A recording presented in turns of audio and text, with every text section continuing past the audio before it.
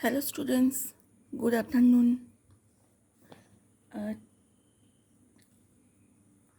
आज today's lesson is schema theory.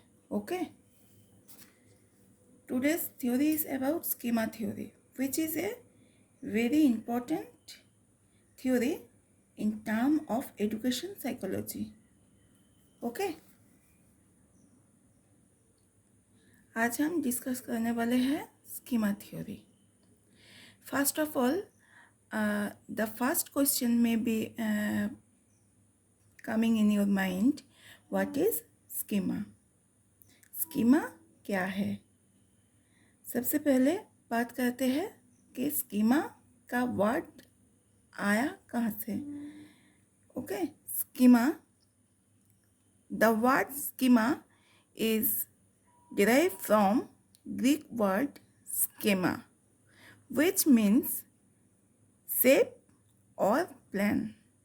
Okay, schema का word derive हुआ है स्कीमा, ग्रीक वर्ड स्कीमा से.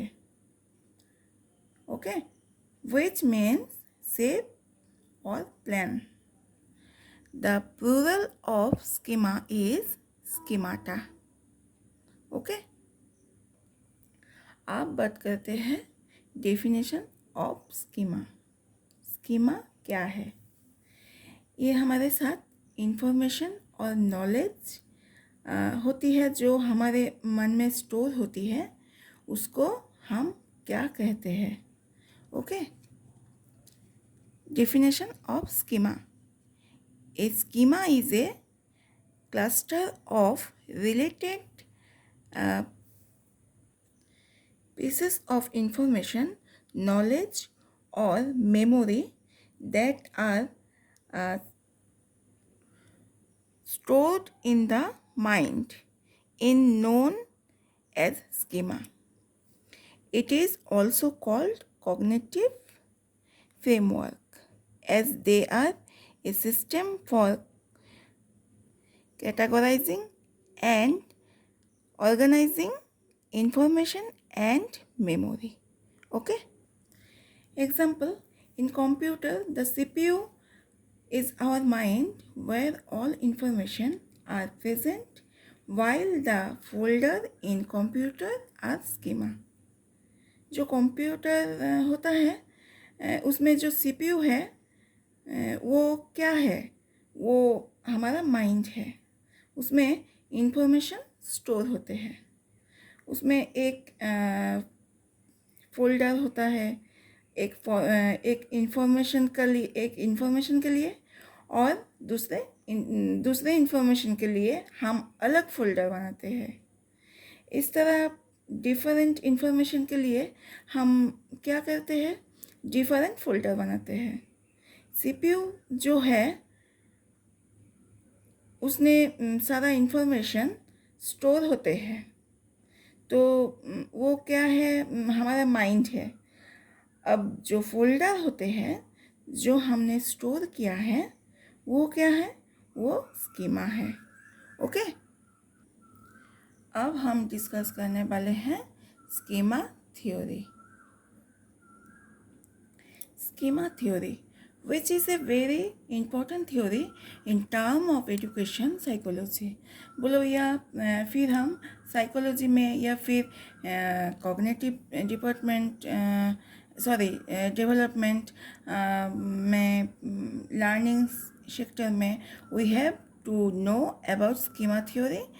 स्कीमा थ्योरी क्या था, उसका मेन पर्पस क्या था, वी हैव टू लर्न.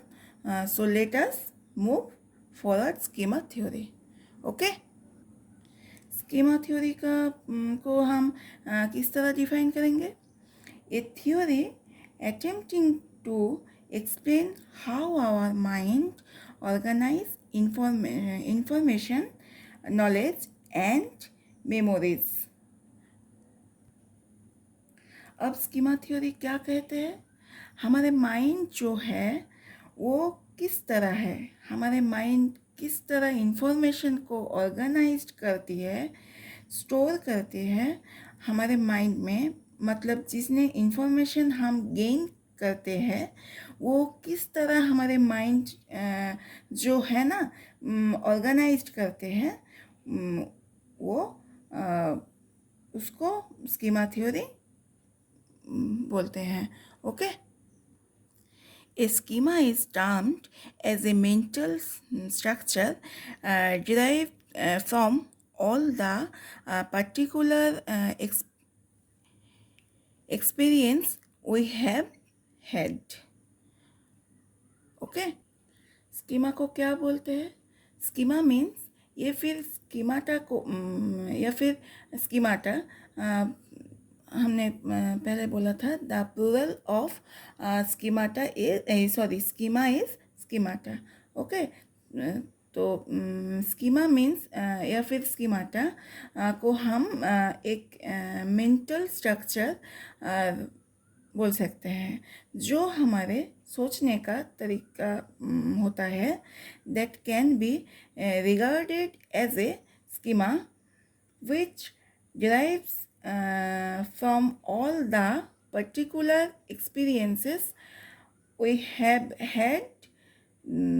जो भी हमारा अब तक का जो एक्सपीरियंस है, जो मेंटल स्ट्रक्चर में हुआ है, which is taken place in our mental structures all will come under schema. Okay. Schema theory was first proposed by the Gestalt psychologist Art Bartlett in 1932, who observed that when people were asked to repeat a story from memory, they often filled in details which were not included in the original but related to what they already knew based on their cultural background. Okay. Schema theory जो theory था उसको first किसने propose किया या फिर उसके बारे में बोला था? That is art Bartlett.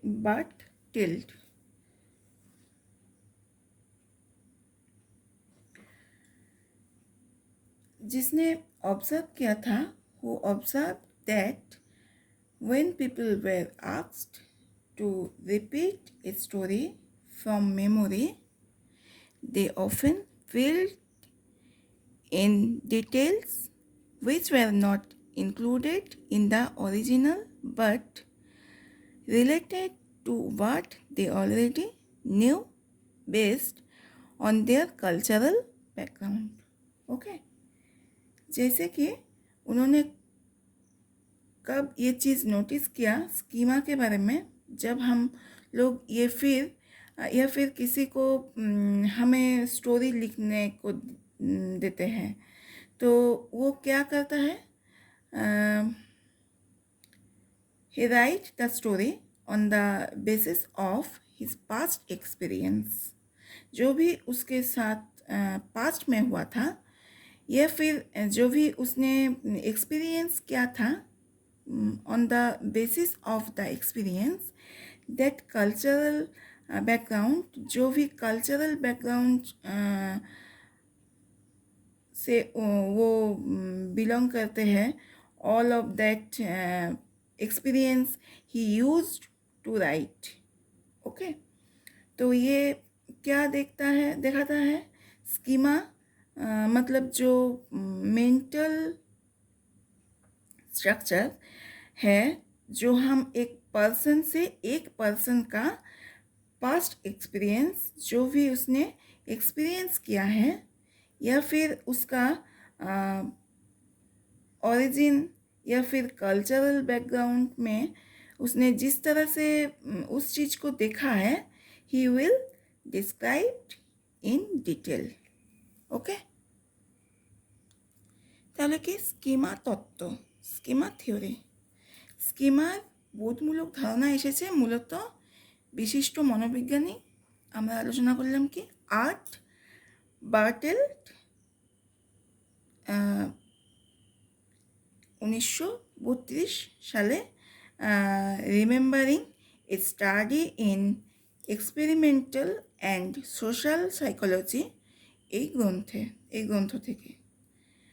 পরবর্তীকালে রুমেল হার্ট 1980 কীভাবে জ্ঞান অর্থাৎ নলেজ মনের মধ্যে কাজ করে সেটি ব্যাখ্যা করার চেষ্টা করেছেন। তিনি লেখেন, সমস্ত জ্ঞান একটি একক ইউনিট, যেটাকে আমরা বলে থাকি, এই ইউনিটের মধ্যে বন্দি। সমস্ত জ্ঞান একটা একক বা ইউনিটের মধ্যে বন্দি। ওকে, মোটামুটিভাবে স্কিমা হলো মানুষ দ্বারা সঞ্চিত জ্ঞান রাশি। এটি জ্ঞান অর্জন করার সঙ্গে সঙ্গে পর মুহূর্তে নতুন কি সেটাই ধারণা দেওয়ার চেষ্টা করে।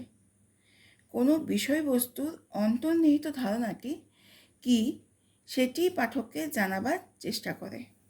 ওকে, তাহলে স্কিমা কি, স্কিমা তত্ত্ব কি? মোটামুটিভাবে স্কিমা হলো মানুষ দ্বারা সঞ্চিত জ্ঞান রাশি। অতীতের থেকে মানুষ যে জ্ঞান সঞ্চয় করে সেইটি পরবর্তীকালে তার কার্যক্ষেত্রে যাতে লাগাতে পারে, সেই যে অতীতের জ্ঞান রাশি সে যদি বর্তমান সময়ে লাগায়, সেই জ্ঞান রাশিটাকে সঞ্চিত জ্ঞান রাশি।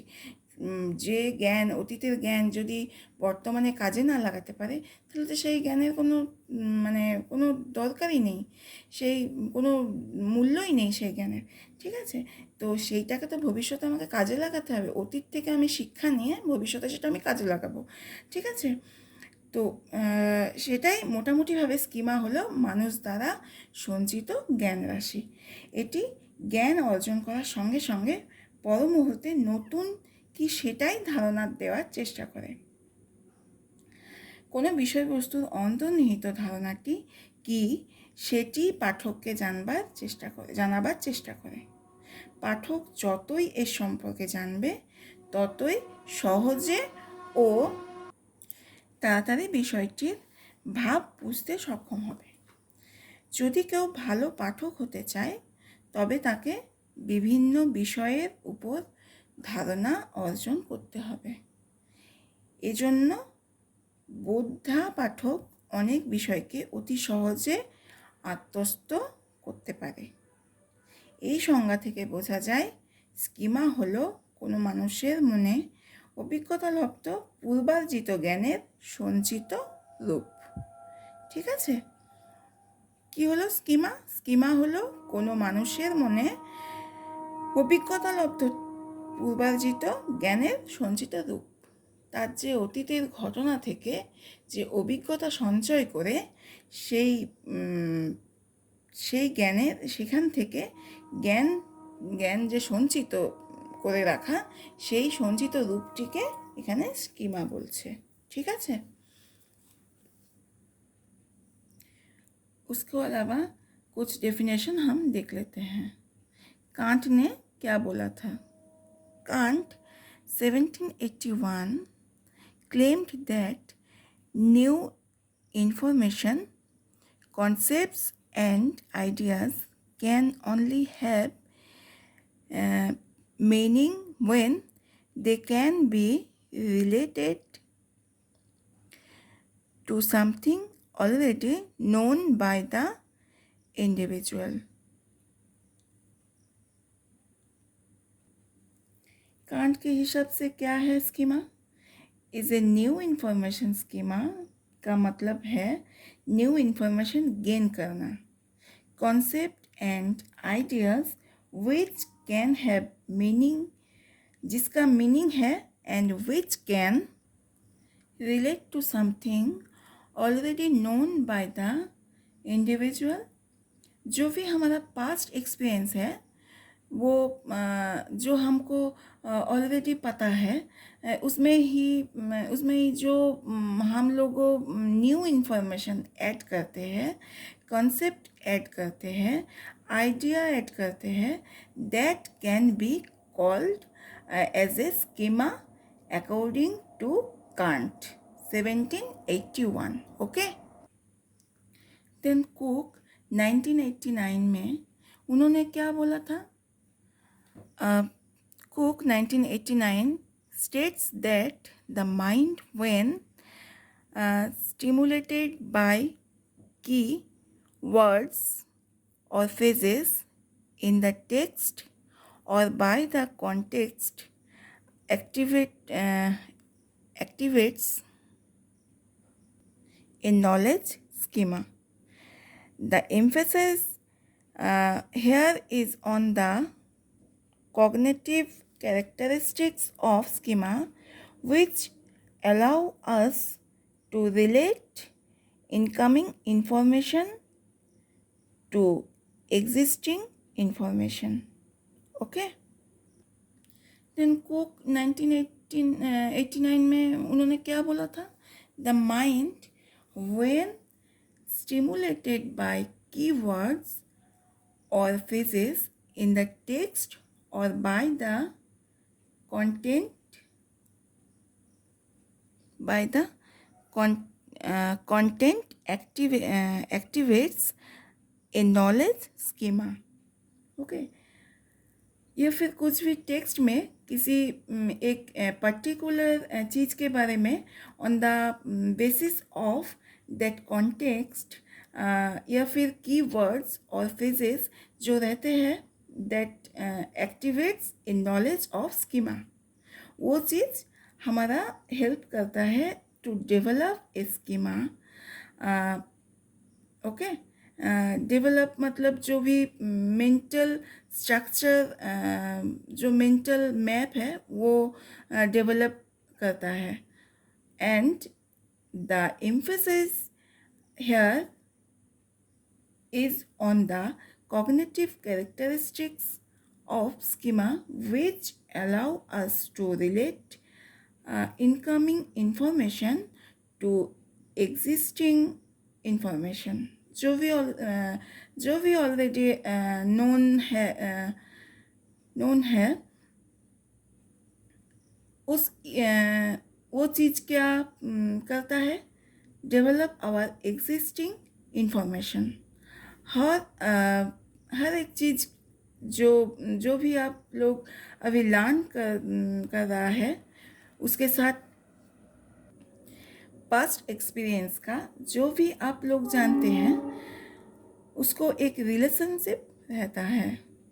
अगर पास्ट में उस चीज़ को एक्सपीरियंस नहीं किया then it will be a new information, but वो न्यू इन्फॉर्मेशन को भी लर्न करने के लिए we have to give some experience, या फिर हमको कभी कभी क्या देना पड़ता है?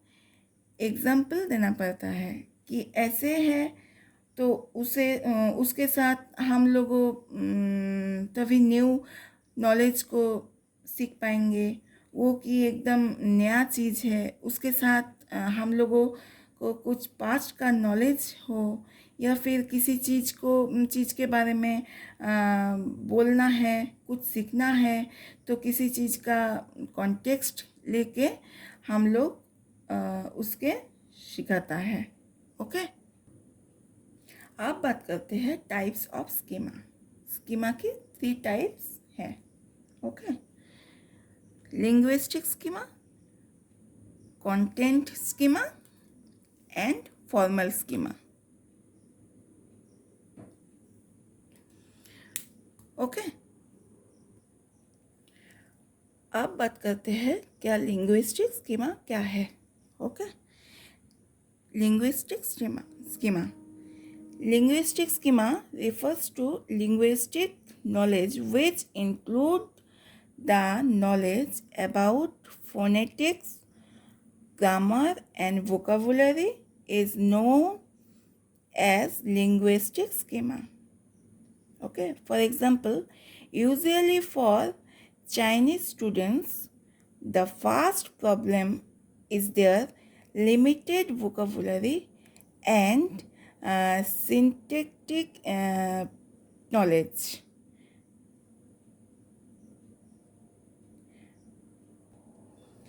They should decode both the lexical units and syntactic structures they encounter in texts. ওকে, তাহলে আমরা কি দেখছি? স্কিমার প্রকারভেদ, টাইপস অফ স্কিমা। স্কিমা ক প্রকারে পেলাম? 3 প্রকার। কি কি? ভাষাগত স্কিমাটা, লিঙ্গুইস্টিক স্কিমাটা, কন্টেন্ট স্কিমাটা, বিষয়গত স্কিমাটা যেটাকে আমরা বলছি, এবং ফর্মাল স্কিমাটা, প্রচলিত স্কিমাটা। ওকে, প্রথমত আমরা কোনটা আলোচনা করছিলাম? বললাম ভাষাগত স্কিমাটা, লিঙ্গুইস্টিক স্কিমাটা। এটি কোনো পাঠকের ভাষাগত দক্ষতার কথা, অর্থাৎ তার শব্দভাণ্ডার অর্থাৎ ভোকাবুলারি, ব্যাকরণ জ্ঞান ও বাগধারা বিষয়ক জ্ঞানকে বোঝায়। আমরা জানি ভাষাগত জ্ঞান, লিঙ্গুইস্টিক নলেজ যেটাকে বলছি, বিষয়ের অর্থবোধে বিশেষ সাহায্য করে। ভাষাগত স্কিমাটা ছাড়া কোনো বিষয়ের অনুবাদ ও অর্থবোধ অসম্ভব হয়ে দাঁড়ায়। যে পাঠকের ভাষা জ্ঞান যত গভীর, সে ততই তাড়াতাড়ি কোনো বিষয় সহজে অনুধাবন করে নিতে পারেন। বোঝা গেছে?